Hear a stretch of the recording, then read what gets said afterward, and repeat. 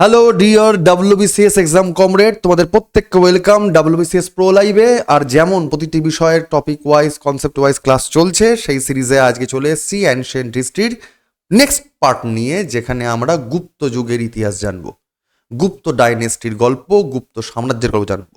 কথা না বাড়িয়ে, যেমন অ্যাজ ইউজুয়াল মেন মাইন্ড ম্যাপে বা পয়েন্ট ওয়াইজ আমরা অ্যানালিসিস করি, সেই জায়গায় চলে আসছি, যেখানে প্রথমেই আমরা দেখতে পাবো যে গুপ্ত ডাইনেস্টির পুরো প্রত্যেকটি শাসকের থ্রি মাইন্ড ম্যাপ।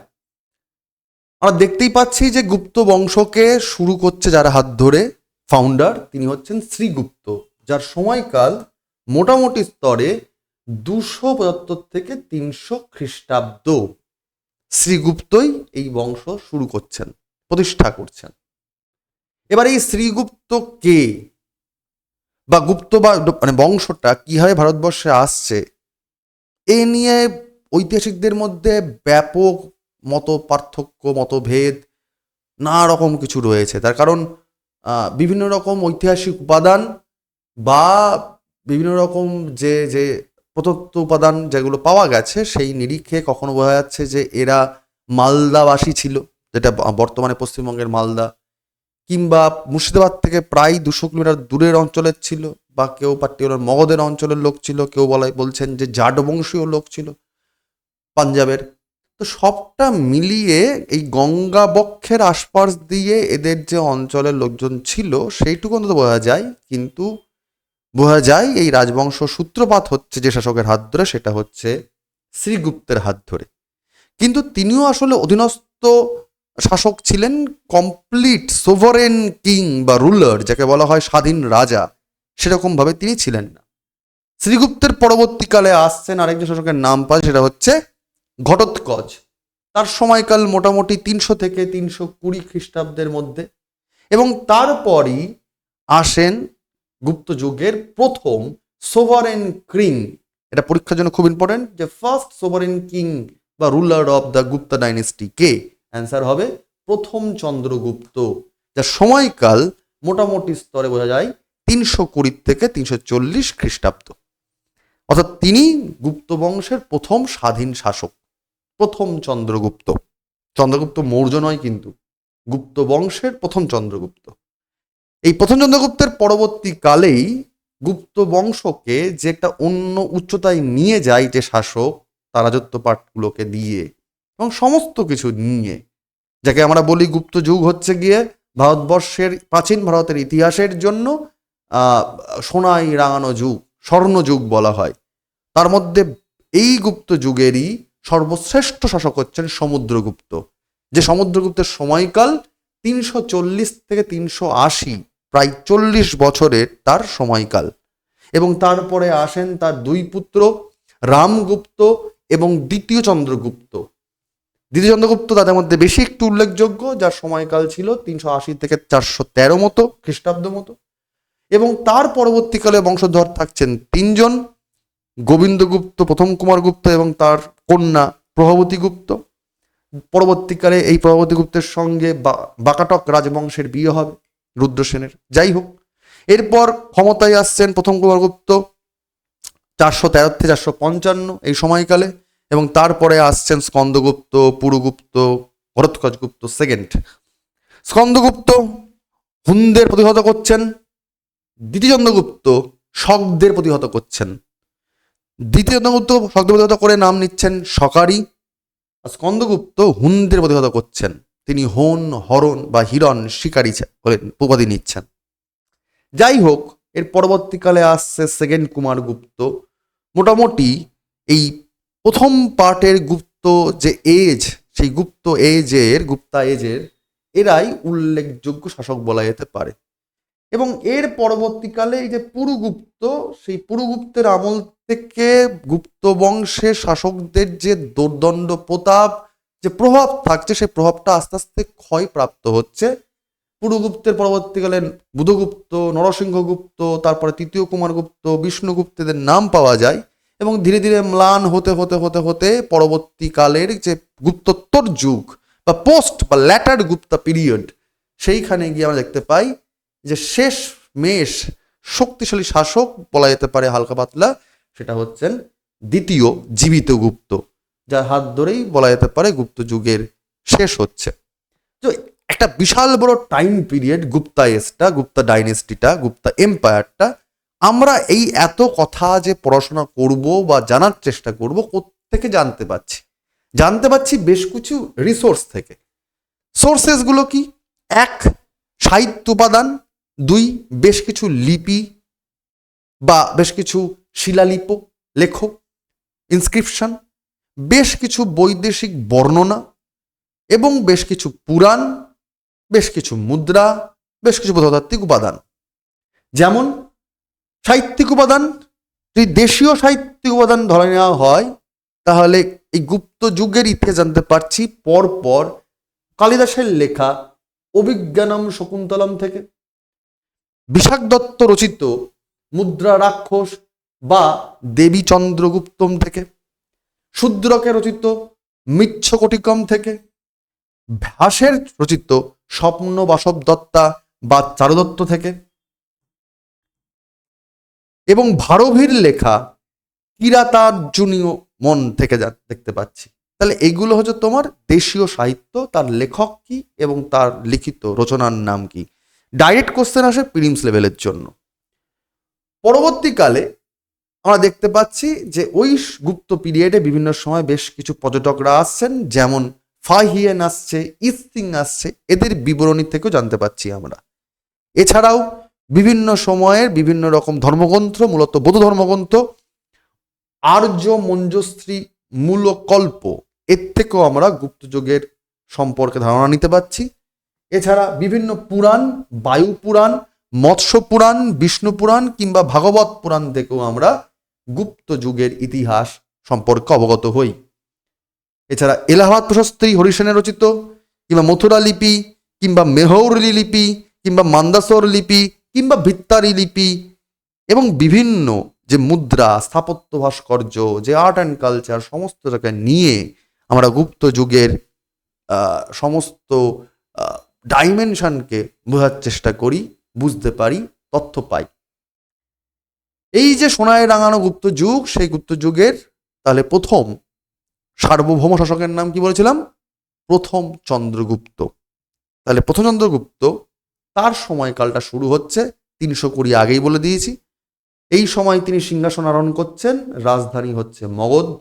তিনি মগধের সিংহাসনে আসীন হচ্ছেন এবং সিংহাসনে আসীন হয়েই তিনি নতুন একটা ক্যালেন্ডার বছর শুরু করছেন, যার নাম কি? গুপ্তাব্দ।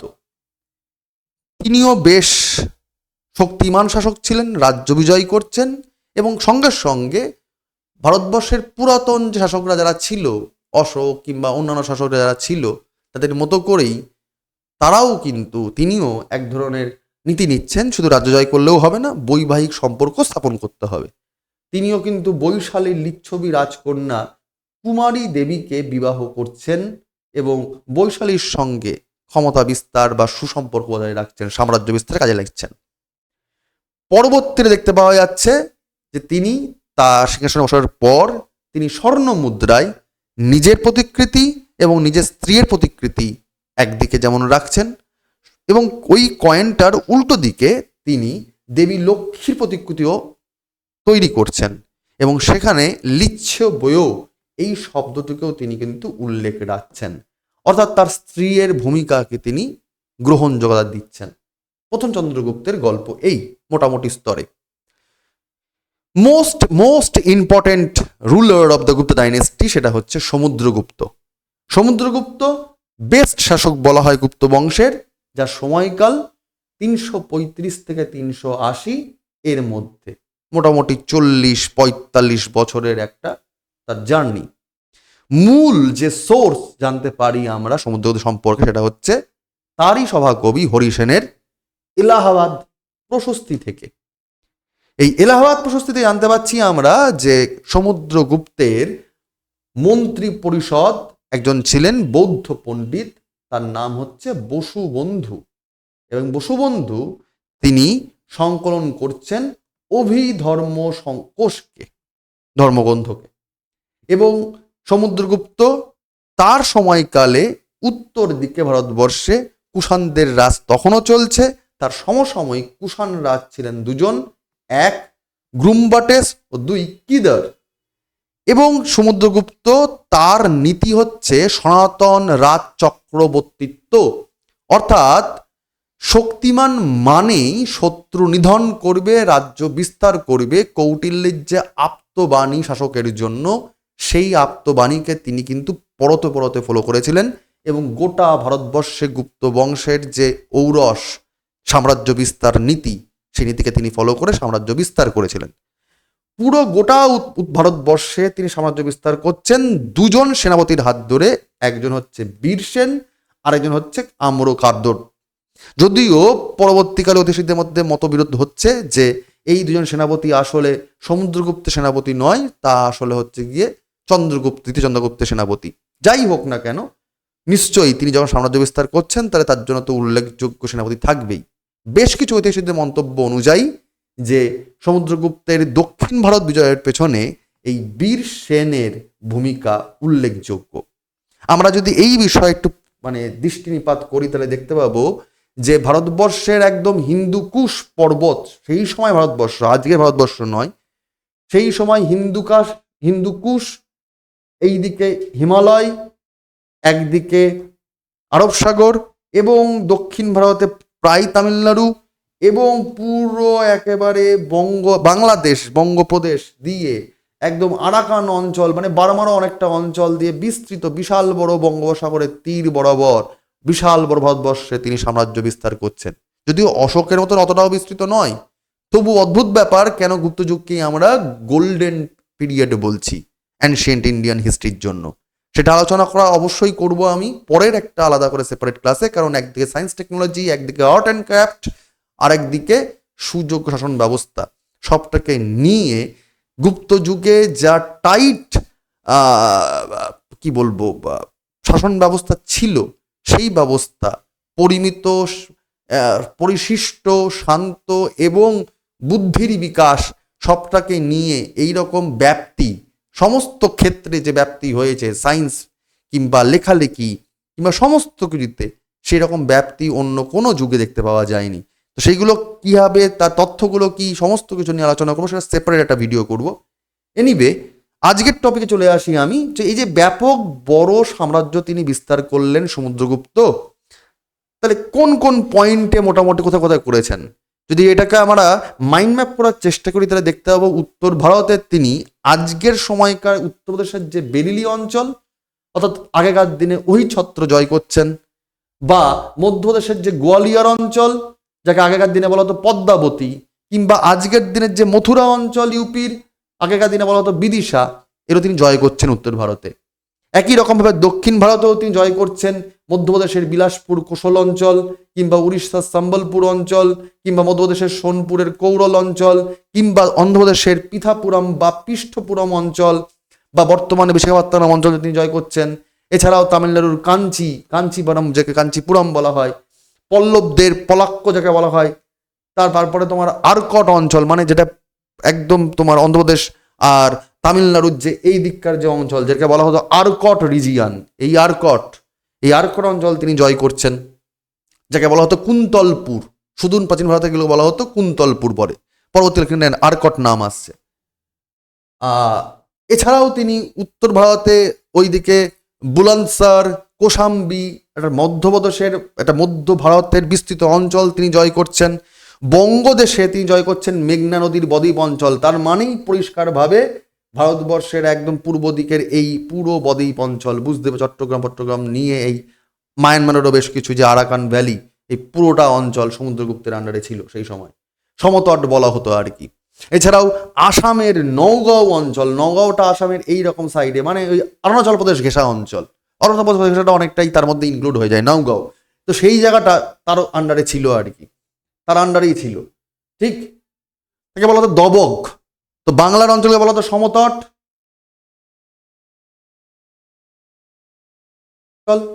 এছাড়া গৌহাটি আসাম, তাকে তো আগেই বলা হতো কামরূপ অঞ্চল নামে, তোমরা কামরূপ এক্সপ্রেসের নাম শুনে থাকো। এছাড়া রাজস্থান, যাকে মালব অঞ্চল, কিংবা পাঞ্জাবের বৌধেয় অঞ্চল, তিনি কিন্তু একের পর এক জয় করছেন। গোটা ভারতবর্ষ, এই যে ম্যাপ তোমরা দেখতে পাচ্ছ, সমস্ত অঞ্চল, পাঞ্জাব, রাজস্থান, সমস্ত অঞ্চল তিনি জয় করে যাচ্ছেন। হিন্দুকুশ টু কাবেরী বলতে পারো একরকম ভাবে। আর এই ব্রহ্মপুত্র থেকে বঙ্গোপসাগর, আর এইদিকে পুরোপুরি আরব সাগর, এই বিস্তৃত অঞ্চল তিনি জয় করছেন। এই যে তার রাজ্য জয়, এই রাজ্য জয়ে যে তার দোদ্দন প্রতাপ যে সাম্রাজ্যবাদী নীতি, তাকে লক্ষ্যমাত্রা রেখে ঐতিহাসিক ভিনসেন্ট স্মিথ তাকে বলেছেন সমুদ্রগুপ্ত হচ্ছেন ভারতবর্ষের জন্য নেপোলিয়ান। এছাড়াও এই ভারতবর্ষে সুশাসন প্রতিষ্ঠা করার জন্য ঐতিহাসিক গোখলে তিনি মন্তব্য পোষণ করছেন যে সমুদ্রগুপ্তই হচ্ছেন প্রাচীন ভারতের স্বর্ণযুগের অগ্রদূত। অর্থাৎ তার সময়কাল থেকেই ভারতবর্ষে নাকি সুসাম্রাজ্য, সুরাজ্য শাসন তৈরি হচ্ছে, চালু হচ্ছে।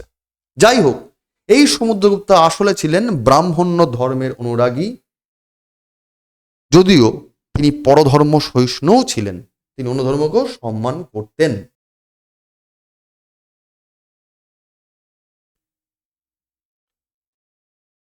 এই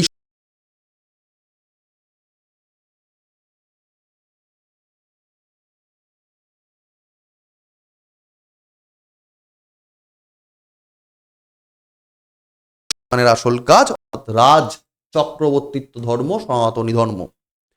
এবং এই যে বিশাল বড় রাজ্যপাট তিনি বিস্তার করলেন, তারই স্মৃতির উদ্দেশ্যে তিনি যজ্ঞ করলেন অশ্বমেধ যজ্ঞ। এবং সেই অশ্বমেধ যজ্ঞকেও মনে রাখার জন্য তিনি চালু করলেন অশ্বমেধ পরাক্রম নামে একটি মুদ্রা প্রচলন তিনি করলেন। এবং এই বিশাল বড় সমাজ জয় করার পর তিনি সোভারেন কিং, অর্থাৎ ইন্টারনাল অ্যান্ড এক্সটার্নাল কোনো রকমভাবে তিনি প্রভাবিত হবেন না কারোর কাছ থেকে, তিনি সুপ্রিম ফ্রিডম, তিনি ফ্রি, তিনি একজন সোভারেন কিং হিসাবে তিনি টাইটেল নিলেন, পরাক্রমাঙ্ক টাইটেল নিলেন, কিংবা তাকে বলা হতো সর্বরাজচ্ছেতা, বা তাকে বলা হতো অপ্রতিরোধ। এই তাকে তিনটি উপাধি দেওয়া হলো। এই সমুদ্রগুপ্ত তিনি সাহিত্য চর্চা বা সঙ্গীত চর্চায়ও পারদর্শী ছিলেন। তিনি রচনা করলেন তার নিজের লেখা কৃষ্ণচরিতম, এবং তিনি সঙ্গীত প্রিয় ছিলেন, তার পরিচয় পাই তারই আমলের মুদ্রা থেকে, যেখানে দেখা যায় যে শাসক বা সমুদ্রগুপ্ত নিজে বীণা বাদনরত ছিলেন, অর্থাৎ তার সঙ্গীত প্রিয়তাও এখান থেকে পরিস্ফুট হয়। অর্থাৎ সমুদ্রগুপ্তের শাসনকাল কেন ইম্পর্টেন্ট, তার মোটামুটি একটা আউটলাইন আমি তোমাদের সামনে তুলে ধরার চেষ্টা করলাম মূল ইম্পর্টেন্ট পয়েন্টগুলোকে নিয়ে। পরবর্তীকালে সমুদ্রগুপ্তের বড় ছেলে রামগুপ্ত তিনি সিংহাসন আরোহণ করছেন, এবং এনার কথা জানতে পাচ্ছি আমরা ভোজের লেখা শৃঙ্গার প্রকাশ থেকে, কিংবা তার আমলে বেশ কিছু সাহিত্যিক বা নাট্যচর্চার লোকজন রামচন্দ্র বা গুণচন্দ্রের লেখা নাট্যদর্পণ থেকে, এছাড়া বিষয় দত্তের রচনা থেকে, দেবী চন্দ্রগুপ্তম থেকে। এই রামচন্দ্রগুপ্তেরও বা রামগুপ্তেরও কিন্তু টাইটেল ছিল একটি, সেটা হচ্ছে মহারাজাধিরাজ। তিনি ইম্পর্টেন্ট কি করেছিলেন, গরুর প্রতীক অঙ্কিত যে তাম্র মুদ্রা ছিল সেটা তিনি চালু করলেন, এবং তার সময়কার এই গরুর প্রতীক অঙ্কিত তাম্র মুদ্রা পাচ্ছি থেকে আমরা বর্তমানের ভিলসা বা ঝাঁসি এরিয়া থেকে তার এই তামার মুদ্রা আমরা পাচ্ছি রামগুপ্তের। রামগুপ্তের পরবর্তীকালে তার ভাই চেয়ার নিচ্ছে দ্বিতীয় চন্দ্রগুপ্ত, সেকেন্ড চন্দ্রগুপ্ত। এবং সেকেন্ড চন্দ্রগুপ্তর গল্প জানতে পারছি ওই একই সময়কাল থেকে রামগুপ্তের ভাই, অর্থাৎ তারও পিতা ছিল সমুদ্রগুপ্ত, মা ছিলেন দত্তাদেবী, স্ত্রী ছিলেন ধ্রুবদেবী। বেশ কিছু ঐতিহাসিক বলে থাকে আসলে এই রামগুপ্তের স্ত্রী ছিল ধ্রুবদেবী, পরবর্তীকালে দাদার মানে ওই ধ্রুবদেবীকে বিয়ে করে নেন সেকেন্ড চন্দ্রগুপ্ত। এবং আরেকজন পত্নী তার পরবর্তীকালে হয়, তার নাম হচ্ছে কুবের নাগ। সেকেন্ড চন্দ্রগুপ্তের পুত্র ছিল দুই, আগেই তোমাদের ট্রি দেখিয়েছি, গোবিন্দগুপ্ত এবং প্রথম কুমারগুপ্ত, এবং কন্যা ছিল এক প্রভাবতী গুপ্ত। এই প্রভাবতী গুপ্তের সঙ্গে পরবর্তীকালে বিয়ে হয় বাকাটক রাজবংশের শাসক রুদ্রসেনের সঙ্গে, যেটা আমি আগেই উল্লেখ করলাম। এই প্রভাবতী গুপ্তের যে শিলালেখ, সেখান থেকে জানতে পারি আমরা যে চন্দ্রগুপ্তের বেশ কিছু নাম ছিল, যেমন নাম ছিল দেবগুপ্ত, যেমন নাম ছিল নরেন্দ্রচন্দ্র বা সিংহচন্দ্র বা নরেন্দ্র সিংহ বা সিংহ বিক্রম বা দেবরাজ বা দেবশ্রী, বিভিন্ন নামে তিনি অভিহিত ছিলেন। কে? সেকেন্ড চন্দ্রগুপ্ত। যার রাজধানী ছিল মূলত পাটলিপুত্রতে, যেহেতু তিনি মগধকে কেন্দ্র করে রয়েছেন। যদিও এত বড় সাম্রাজ্যকে চর্চা করার জন্য তিনি রাজধানী আরেকটা জায়গাতেও তৈরি করেন, সেটা হচ্ছে উজ্জয়িনী। অর্থাৎ দ্বিচন্দ্রগুপ্তের ক্ষেত্রে কিন্তু রাজধানী দুটো ছিল, প্রথমটা হচ্ছে পাটলিপুত্র এবং সেকেন্ডটা হচ্ছে উজ্জয়িনী। তিনিও ভারতবর্ষের শাসকদের রীতিনীতিকে ধরে রাখার জন্য তিনিও একটা নগরীর পত্তন করলেন, নগর তৈরি করলেন। কোথায়? কৃষ্ণা নদীর তীরে। নগরের নাম কি হলো? চন্দ্রগুপ্তপত্তম। এই নগরী তিনি তৈরি করলেন এবং তার আমলেই তিনি প্রথম রৌপ্য মুদ্রা প্রচলন করলেন ভারতবর্ষে, যার নাম ছিল রূপক। এবং কেন চালু করলেন তার পেছনে একটা হিস্ট্রি, সেটা কি? তিনি আসলে শকদের দমন করছেন, যার জন্য তার টাইটেল কি হচ্ছে? শকারি। সেকেন্ড চন্দ্রগুপ্তকে বলা হয় কি? শকারি, কারণ তিনি শকদের দমন করছেন। কোন শকদের দমন করেছেন?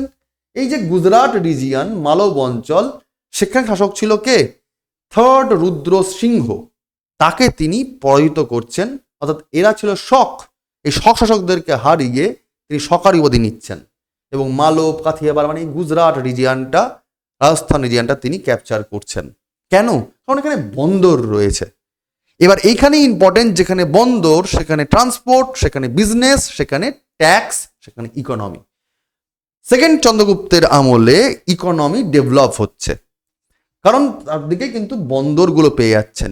পূবের দিকে ইম্পর্টেন্ট বন্দর তাম্রলিপ্ত, পশ্চিম দিকে সোপারা কিংবা ভৃগকুচ্ছ, এগুলো ইম্পর্টেন্ট বন্দর হয়ে যাচ্ছে, ইকোনমি জেনারেট হচ্ছে। তো ন্যাচারালি টাকা যার, তো সে সায়েন্স টেকনোলজি, সে বুদ্ধিজীবিতা, এইগুলোর ওপর ইনভেস্টমেন্ট করবে, তার সভা আরো রঙিন হয়ে উঠবে বুদ্ধিজীবী মানুষের জন্য। ঠিক তো যাই হোক, তিনি যেমন রৌপ্য মুদ্রা রূপক চালু করছেন, তেমন তিনি স্বর্ণ মুদ্রা দিনারা চালু করছেন। কে? সেকেন্ড চন্দ্রগুপ্ত। এবার এই যে বললাম যে তার টাকা পয়সার যখন অ্যাভেবিলিটি থাকছে, তখন তিনি সায়েন্স টেকনোলজি নানা রকম দিকে তিনি ইনভেস্টমেন্ট করছেন, তার রাজসভা বুদ্ধিজীবী লোকে ভরে যাচ্ছে। ন্যাচারালি তার রাজসভায় আসছে ইম্পর্টেন্ট 9 রত্ন বা জুয়েলস। কারা কারা? কবিতা নাটকের জন্য বিখ্যাত ছিলেন কালিদাস, কবিতা লেখার জন্য ছিলেন আরেকজন বিখ্যাত লোক বড়রুচি। এছাড়া সংস্কৃত অভিধান রচয়িতার নাম ছিল অমর সিংহ। শাস্ত্র রচনা করতেন কপনক। দর্শন শাস্ত্রের জন্য শঙ্কু ছিলেন। পণ্ডিত ছিলেন ঘটোৎকচ। জ্যোতির্বিদ ছিলেন বরহমিহির। চিকিৎসা শাস্ত্রে ছিলেন ধন্বন্তরী এবং বৈজ্ঞানিক বা ম্যাজিশিয়ান বলা যেতে পারে, আসলে ম্যাজিশিয়ান নয়, তিনি আসলে সায়েন্টিস্ট। তিনি কে? বেতাল ভট্ট।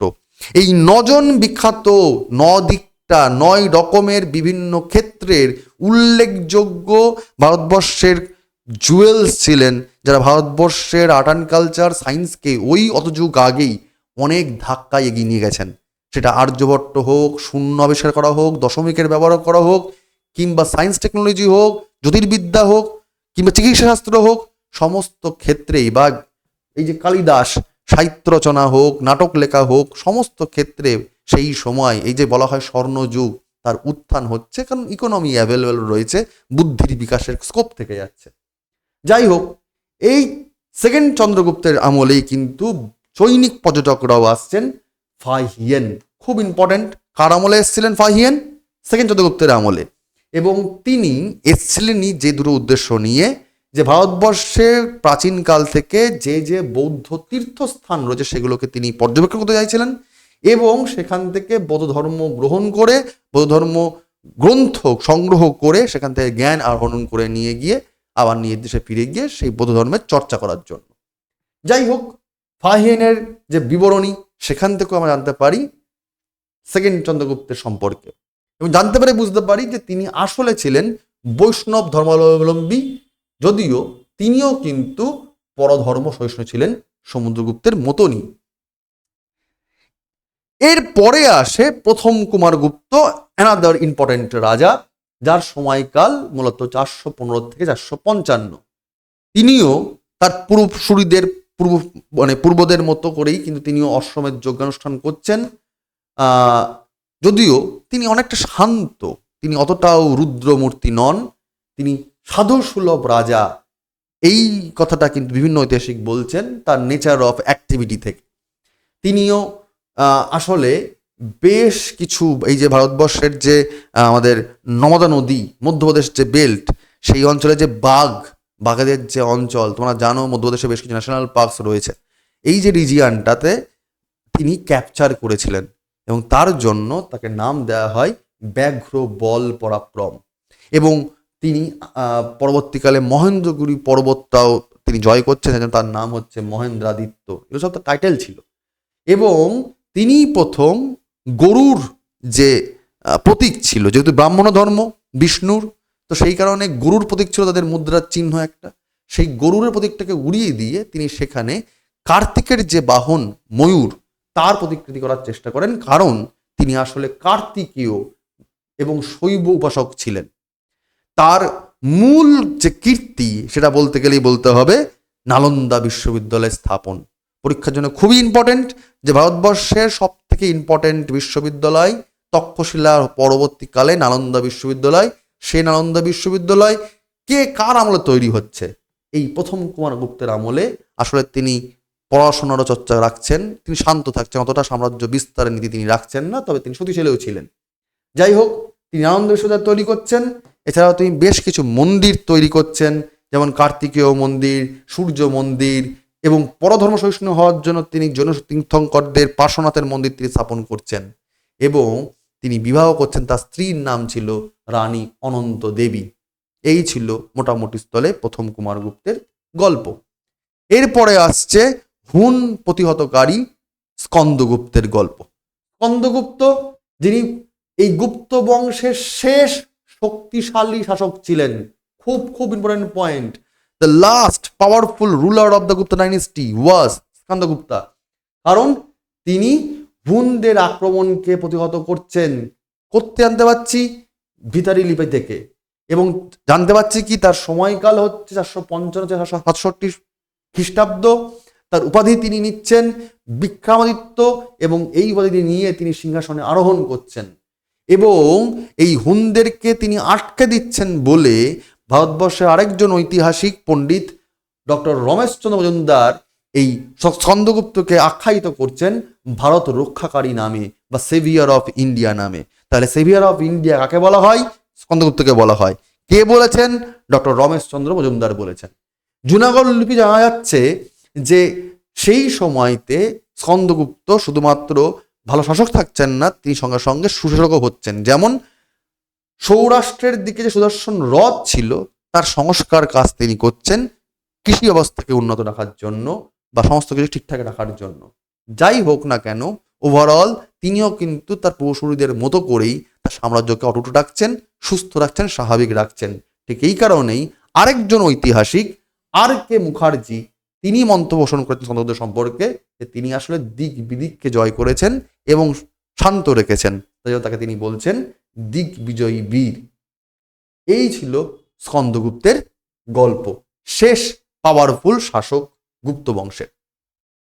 তাহলে এত পাওয়ারফুল শাসক, সায়েন্স টেকনোলজি ডেভেলপ হচ্ছে, আর্ট অ্যান্ড কালচার ডেভেলপ হচ্ছে, সাহিত্যের ডেভেলপ হচ্ছে, রাজ্য বিস্তার হয়েছে, তারপরও এইরকম সোনায় রাঙা স্বর্ণযুগের সাম্রাজ্য হঠাৎ করে ভেঙে চলে যায় কি করে এত বছর পর? কোনো কিছু আসলে এত কিছু মানে ভাঙে না। আসলে এই যে সুযোগ্য উত্তরসূরিরা পরপর ছিল শাসকদের, শ্রীগুপ্তের পরবর্তীকালে, প্রথম চন্দ্রগুপ্তের পরবর্তীকালে, যেটা হাইটে চলে গেছিল একদম সমুদ্রগুপ্তের আমলে, তার পরবর্তীকালে স্কন্দগুপ্ত বুদ্ধিও ঠিকঠাক ছিল। পরবর্তীকালে গুপ্ত শাসকরা কিন্তু অতটাও স্ট্রং ছিল না, এবং অন্যান্য শাসন ব্যবস্থার মধ্যে বেশ কিছু ফারাক ছিল, যেগুলো পরবর্তীকালে এই ফাঁক ফোকরগুলোকে আরো বাড়িয়ে দেয় এবং সেখান থেকে সমস্যার বিকাশ শুরু হয়ে যায়। কি সমস্যা? যেমন এই এত বড় সাম্রাজ্য হয়ে যাওয়ার জন্য যে বড় রাজবংশ তৈরি হচ্ছে, সেই রাজবংশের নিজেদের মধ্যেই অন্তর্দ্বন্দ্ব সৃষ্টি হচ্ছে। ফলে স্বাভাবিকভাবেই যদি নিজেদের মধ্যে ইউনিটি না থাকে, তাহলে সেই দুর্বলতার সুযোগ বাইরের লোকও নেবে এবং নিজেদের অন্যান্য লোকজনও নিয়ে নেবে।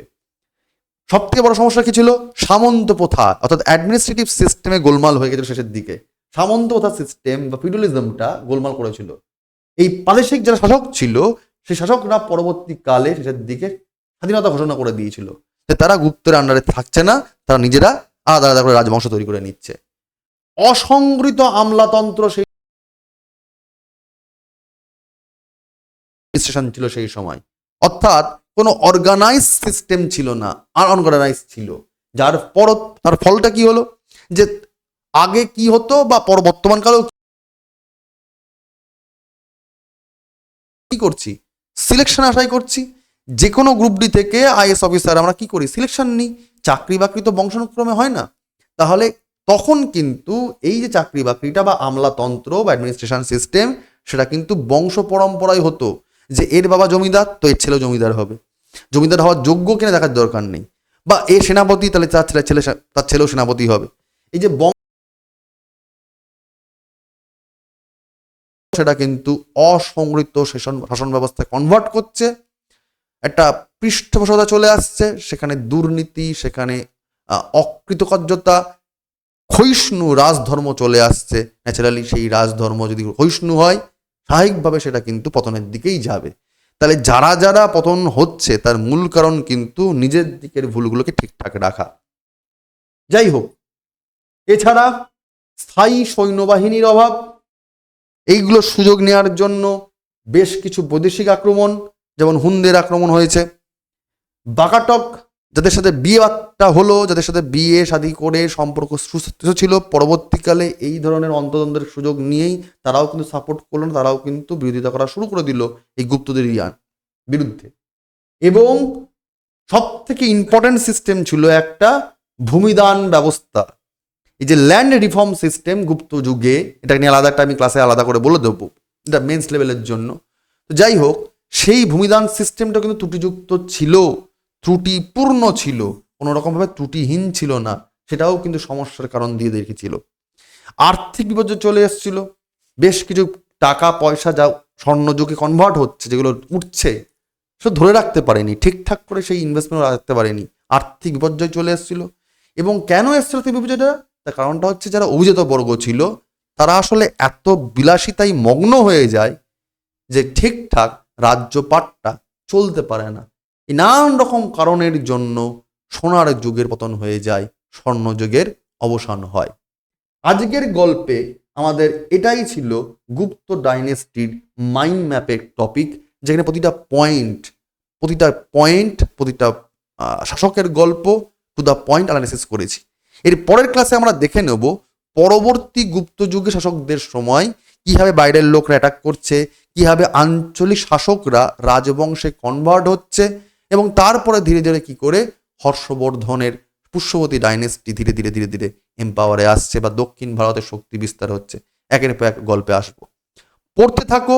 যারা যারা বলেছিলে যে স্যার ইংরাজিতেও যদি নোটগুলো হতো ভালো হতো, আমি যেমন শুরুতে শুরু করেছিলাম, চাপ নিও না ভাই, বাংলা এবং ইংরাজি দুই মাধ্যমেই তলায় দেওয়া যে ডেসক্রিপশন গ্রুপের লিঙ্ক আছে টেলিগ্রাম গ্রুপের, জয়েন করে থাকো, সব নোটগুলো ওখানে ফরওয়ার্ড হচ্ছে। ক্লাস করো মন দিয়ে, শুধু পড়ো, পড়া ফেরত দাও, তোমার স্বপ্নকে তৈরি করার জন্য আমি তো খাটছি। চলো, best of luck, thank you.